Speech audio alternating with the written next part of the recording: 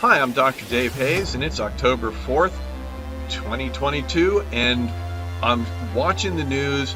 I, a couple days ago, talked about what Ukraine's next move would be, and so here's a little update on it. As we're seeing, Ukraine is pushing on Svatove, Kreminna, and making advances down in Kershon. So let's go to the maps. Okay, as always, these battlefield maps come from the Institute for the Study of War, understandingwar.org. You can get all that stuff there. And, most of what I report comes from there. They've been the main source. So props to them. In looking at what's going on in the battlefield and reading between the lines here, a lot of, the Ukrainians took Lyman, I'm never quite sure what I'm doing with that name. And they have been pushing on Kreminna, right? And so this is where we're seeing a lot of movement and a lot of focus, right? This is where attention is being focused. And looking at maps and looking at reports, I was pointing out that Kupiansk seemed to me to be an important bridgehead, that they were across the Oskil River. The Oskil River runs along here, and it's very wide in places, not too many crossings. And so Kupiansk looked like a very, good prospect. However, maybe, kind of obvious to the Russians. The Russians have been pushing back, right? And so we've had lots of reports of Russian artillery hitting those positions, and it looks like the Russians have kind of blunted efforts to break out from Kupiansk, if in fact that was what the Ukrainians are trying to do. And I overlooked another crossing to the south, right? And so there's a bridge in Borova. And there are a lot of places now named Borova in this area, by the way. But the Ukrainians have pushed across and have actually just taken Shakivka, right? And this is a little village that is on the road to Svatove. And so I think, looking at this map, it's very obvious all roads lead to Svatove in that area. And it is an important hub for the Russian logistics and communication. So taking that would be really important. Also, this is a better thing than coming out of Kupiansk, because you're closer to the effort on Kreminna, and you're going to be, if the Russians are having to keep the Ukrainians bottled up to the north in Kupiansk, and are now facing a push out of Shakivka towards Svatove in the middle, they can't concentrate, right? And they're getting hit in multiple places. And the attack through Shakivka and, actually we should say Borova, which is where the bridge is over. But that middle attack, is going to be more supportive of efforts to get into Kreminna. And when they take all of this, they're securing their flank and what would probably become their rear as they turn south to envelop Severodonetsk and Lyshansk. And so that would be, a really major advantage. And so before going on to the south, let's just take a quick look at Google Maps at some more detail of this terrain. Okay, so here we are in Google Maps, and Lyman or Limon is down here. Kupiansk is there. There's Kreminna. And below it all, like I say, Kreminna is important because when you take Kreminna, these are the cities of Severodonetsk and Lyshansk. This is was a major win for the Russians. And so if the Ukrainians get to Kreminna, then they can go to Rubizhne. And, this is the path to, they'll want to work their way around and try to take this back, right? So I think in the longer run, that's what is important. But what I want to focus on here is, here's the crossing, right? Here's the crossing from the Oskil River. You see how big that river is. You go across the Borova, and here's Shakivka that they just took, right? That's where where the pointer has been. And you could see the road from there to Svatove. And like I say, all roads here lead to Svatove. And so this is where we're going to be seeing, I think, a good amount of fighting. And, hopefully we'll be getting these little towns, these little, Yeah, I'm going to have to work on learning those names. But this is where I think some important action is developing. Not to talk about this like it's a monster truck rally or anything. This is a serious business. But this is, I think, something that is kind of unexpected, or at least from my point of view, and I think going to be important and probably under-mentioned in the press. Okay, let's get back to the battle maps. Okay, so now we're back looking at ISW's map of Kershon, right? And this is this is down in the south by the ocean. And I was talking in my update, I was pointing out that, hey, there's been a lot of talking about Davydiv Brid, right? And that seemed to be coming up. And I was speculating a couple days ago that maybe there'd be a breakout from there. And if they push towards Berislav, if they push towards the Dnipro River from there, they could cut folks off. And so that was my thought of what to watch. Well, yeah, reality has a different idea.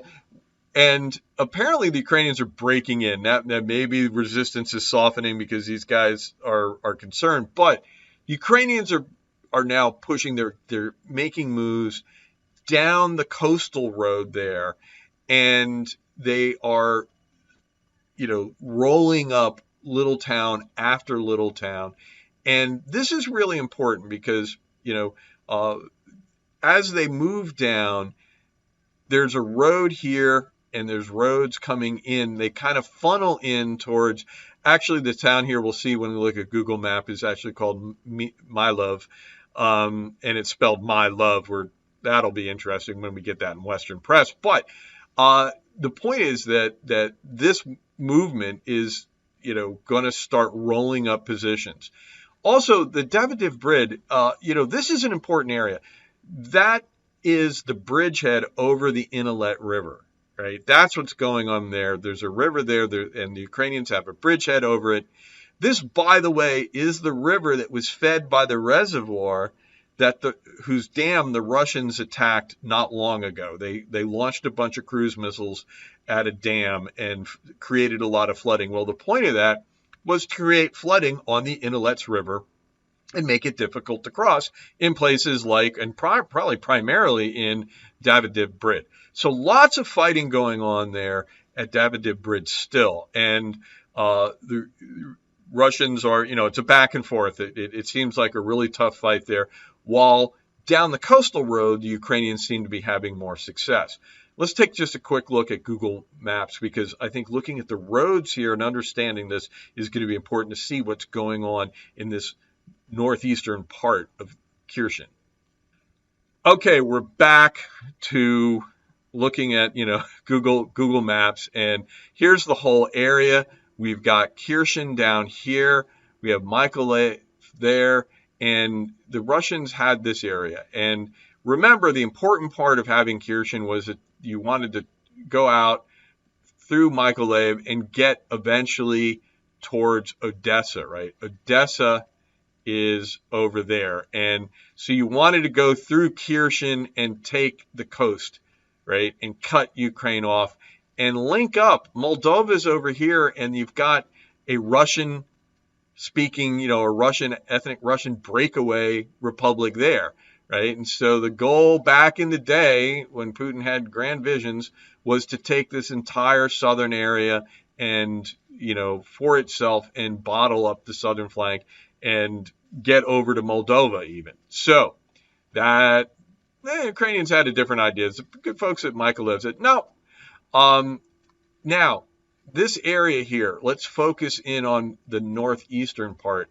And I have the pointer on Havelivka, which is where we have confirmed reports that the Ukrainians have gotten to. And you can see they're coming down this road here, right? So the next town, and there were actually reports that they were in Duchany.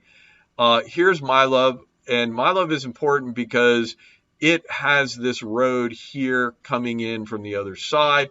And so it has got a good lateral intersection. So that'll be important. And why is that important? Well, if we look up here, right, here's Davydiv Brid, right? And you can see the Inlet River runs through there. And this is where they've been doing a lot of fighting, right? And so the Ukrainians are across this, but the roads, look at the roads, right? This one main road goes up here, right, towards to Maya Alexandrivka and Velika Alexandriva, and they're blocking it, right? So this road here is an important lateral movement, and if you're a Russian or a Russian proxy fighter fighting it out up here, this is your way out, right? And it's in danger, right? And so I kind of look at these roads in this, and I hope y'all can see what I'm seeing is they funnel down, right? They funnel down to Beroslavka, right?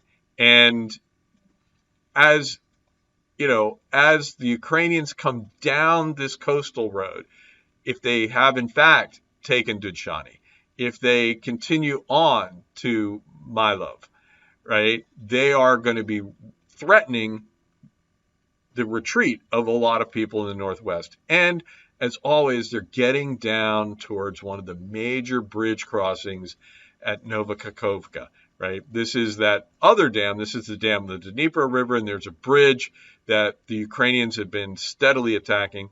Now, the Russians have other pontoon bridges and stuff downstream, but those are more vulnerable, right? And so we're really seeing some movement here, and that it's the kind of movement that can mushroom, right? And so we may be seeing kind of knock-on effects, or the Russians could stiffen their resistance, and they should be trying to pull back and do that and find a good position to prevent the Ukrainians from coming down. But we'll have to see. So that's what's going on there. We're going to be watching this stuff, but there's a lot of movement out there, and every couple of days I think is worth looking at, saying, okay, where are we? Where's this going? And it looks like we're going to keep this. For now, it looks like we're keeping this trend. The Ukrainians are keeping the trend of advances and taking back the area that Putin just annexed. Thank you for watching my short rant. I hope it was short and not too much of a rant. I'm Dr. Dave Hayes, and though I teach at Troy University, this video is my own work. Troy University has neither approved nor reviewed the content. So there. And if you want to learn more about Troy anyway, figure out who would hire a guy like this, you can always go to www.troy.edu. I also am going to have a little card popping up here that you can go see my bio and some information about where I teach, which will descend to shameless self-promotion, but I want more students, what can I say? And finally, the music you've been listening to is Tonight at 8 by Shane Ivers. So thank you for listening, and I hope you'll come back and enjoy another short rant.